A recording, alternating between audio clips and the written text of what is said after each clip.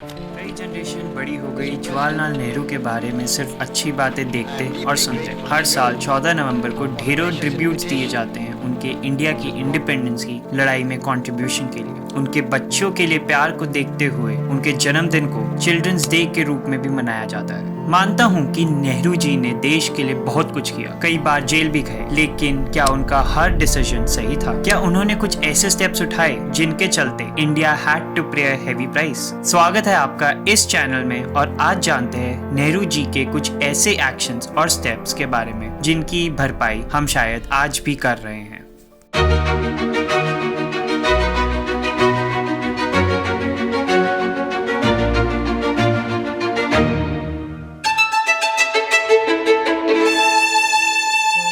सबसे पहले ब्रीफ में इंफॉर्मेशन देता हूँ नेहरू जी की पर्सनल लाइफ, एजुकेशन और उनके पॉलिटिकल करियर के बारे में। इलाहाबाद में 14 नवंबर 1889 को एक कश्मीरी ब्राह्मण परिवार में पैदा हुए पंडित जवाहरलाल नेहरू ने अपनी अर्ली एजुकेशन घर पर ही की। 1905 में वो इंग्लैंड चले गए और फिर उसके बाद कैम्ब्रिज यूनिवर्सिटी। उनको यंग एज से ही पॉलिटिक्स में इंटरेस्ट था, इसलिए 1912 में इंडिया लौटने के बाद वे सीधा पॉलिटिक्स में गए। 1916 में नेहरू ने कमला कौल से शादी की और 1970 में उनकी बेटी इंदिरा पैदा हुई। 1990 में वो इलाहाबाद में होम रूल लीग के सेक्रेटरी बने। इसी दौरान 1960 में वे पहली बार महात्मा गांधी से मिले और उनसे बहुत इंस्पायर हुए। 1920 में नेहरू ने उत्तर प्रदेश में पहला किसान मार्च ऑर्गेनाइज किया। 1920 से 1922 के बीच वे 2 बार नॉन कॉर्पोरेशन मूवमेंट के चलते जेल भी गए। 1923 में वो ऑल इंडिया कांग्रेस कमेटी के जनरल सेक्रेटरी बने। 1928 में वो लखनऊ में साइमन कमीशन के अगेंस्ट एक प्रोसेशन लीड कर रहे थे जिसमें लाठी चार्ज भी हुआ। 1928 में उन्होंने इंडिपेंडेंस फॉर इंडिया लीग बनाई। 1929 में इंडियन नेशनल कांग्रेस के लाहौर सेशन में उनको प्रेसिडेंट चुन लिया गया। 1930 से लेकर 1935 तक के बीच नमक सत्याग्रह और कई और मूवमेंट्स के लिए वो कई बार जेल भी गए। नेहरू ने अपनी ऑटोबायोग्राफी भी अल्मोड़ा जेल में ही लिखी। 8 अगस्त 1942 को क्विट इंडिया रेजोल्यूशन पास होने के बाद नेहरू और कई सीनियर कांग्रेस लीडर्स को फिर जेल में डाल दिया गया। जनवरी 1945 में जेल से ही रिलीज होने के बाद वो 1946 में 4th टाइम कांग्रेस के प्रेसिडेंट चुन लिए गए। 15 अगस्त 1947 को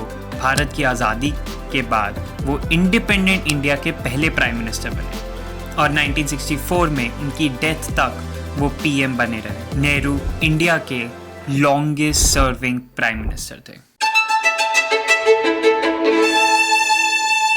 देश का प्राइम मिनिस्टर होते हुए नेहरू ने देश के लिए बहुत से इनिशिएटिव्स लिए। इंडिया की 560 से भी ज्यादा प्रिंसली स्टेट्स को इंडियन यूनियन में इंटीग्रेट करने में सरदार पटेल के साथ साथ नेहरू का भी सिग्निफिकेंट कंट्रीब्यूशन था। ये एक बहुत ही डेलिकेट प्रोसेस था क्योंकि बहुत सी स्टेट्स अपनी ऑटोनॉमी को रिलिंक्विश नहीं करना चाहते थे। नेहरू ने 1951 में 5-year प्लान इंट्रोड्यूस किया जिसमें फोकस एग्रीकल्चर, इरिगेशन और पावर डेवलपमेंट पर था। इसमें नई इंडस्ट्रीज एस्टैब्लिश करने और इंफ्रास्ट्रक्चर इंप्रूव करने का भी एम था। नेहरू की प्राइम मिनिस्टरशिप में डॉक्टर विक्रम साराभाई के अंडर इनकोस्पार यानी Indian national committee for space research establish किया गया। इसे आप इसरो एस्टैब्लिश करने का ग्राउंड वर्क कह सकते हो। नेहरू इंडिया की इकोनॉमिक डेवलपमेंट में टेक्निकल एजुकेशन के कंट्रीब्यूशन की इंपॉर्टेंस जानते थे। 1950 में इंडियन पार्लियामेंट ने Indian institutes of technology act पास किया। इसके अंडर सबसे पहले IIT खड़गपुर बनी और फिर कई और सिटीज में। जवाहरलाल नेहरू की लीडरशिप में ही कॉन्स्टिट्यूशन के अकॉर्डिंग 25 जैन 1950 को election commission of India establish हुआ। इलेक्शन कमीशन ने इंडिया के पहले जनरल इलेक्शंस कंडक्ट किए जो कि अक्टूबर 1951 से लेकर फरवरी 1952 तक चले और इसमें 173 मिलियन लोगों ने वोट किया। इंडिया की फॉरेन पॉलिसी में भी नेहरू ने एक क्रूशियल पार्ट प्ले किया। नॉन अलाइंड मूवमेंट की एस्टैब्लिशमेंट में वो एक की फिगर थे। उनकी गाइडेंस में इंडिया नॉन अलाइनमेंट पॉलिसी को अडॉप्ट करने वाला पहला देश बना। इस मूवमेंट ने न सिर्फ पीसफुल को एग्जिस्टेंस को प्रमोट किया बल्कि कोल्ड वॉर के टाइम में नॉन अलाइनमेंट को भी फॉलो किया। इस अप्रोच ने इंडिया को ग्लोबल अफेयर्स में न्यूट्रल रखने में बड़ी मदद की। नेहरू और चाइना के जॉ एनलाई के साइन किए हुए पंचशील अग्रीमेंट ने इंडिया चीन रिलेशनशिप्स की फाउंडेशन रखी। इस फाउंडेशन का एसेंस था पीसफुल को एग्जिस्टेंस। असिस्टेंस और म्यूचुअल बेनिफिट के लिए कोऑपरेशन। जब नेहरू प्राइम मिनिस्टर बने तो कंट्री में पॉवर्टी और इनइक्वालिटी फैली थी। नेहरू ने ऐसी गवर्नमेंट एस्टैब्लिश की जिससे गरीब लोगों की अपलिफ्टमेंट के लिए काम किया और right to food, right to work, land holdings के लिए राइट टू फेयर कॉम्पनसेशन और राइट टू एजुकेशन जैसे स्टेप्स उठाए।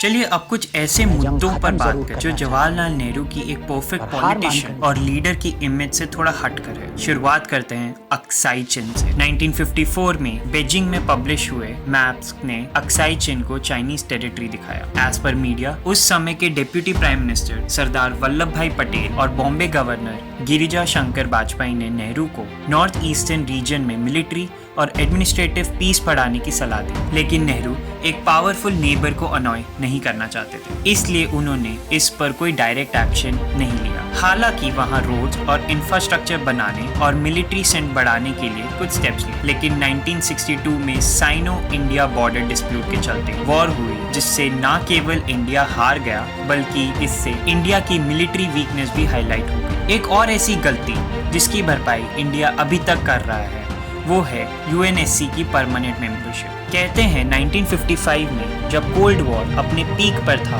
अमेरिका ने नेहरू को इंडिया के लिए यूएन सिक्योरिटी काउंसिल में इनफॉर्मली सीट ऑफर की थी। टाइम्स ऑफ इंडिया के आर्टिकल में लिखा है कि नेहरू ने इस ऑफर को रिफ्यूज कर दिया, ये कहते हुए कि ये चीन के लिए अनफेयर होगा। इस बात का जिक्र शशि थरूर ने अपनी book Nehru the invention of India में भी किया है। रेवोल्यूशनरी पोती सीरामुलु ने तेलुगु स्पीकिंग पॉपुलेशन के लिए मद्रास प्रेसिडेंसी की डिमांड करने के लिए भूख हड़ताल की। सरदार पटेल और राजेंद्र प्रसाद ने नेहरू को लैंग्वेज को बेस बनाकर रखी गई इस डिमांड को पूरा करने से मना कर दिया। भूख हड़ताल के दौरान ही सीरामुलु की डेथ हो गई और उसके 3 दिन बाद ही नेहरू ने आंध्र प्रदेश की फॉर्मेशन डिक्लेयर कर दी। इस मूव ने और जगह भी सेपरेट स्टेट्स की डिमांड को बढ़वा दिया। सोशलिज्म के स्टॉन्च एडवोकेट होने के साथ साथ नेहरू का बिलीफ था कि इकोनॉमिक ग्रोथ अचीव करने का बेस्ट तरीका सोशलिज्म ही है। नेहरू ने कई की इंडस्ट्रीज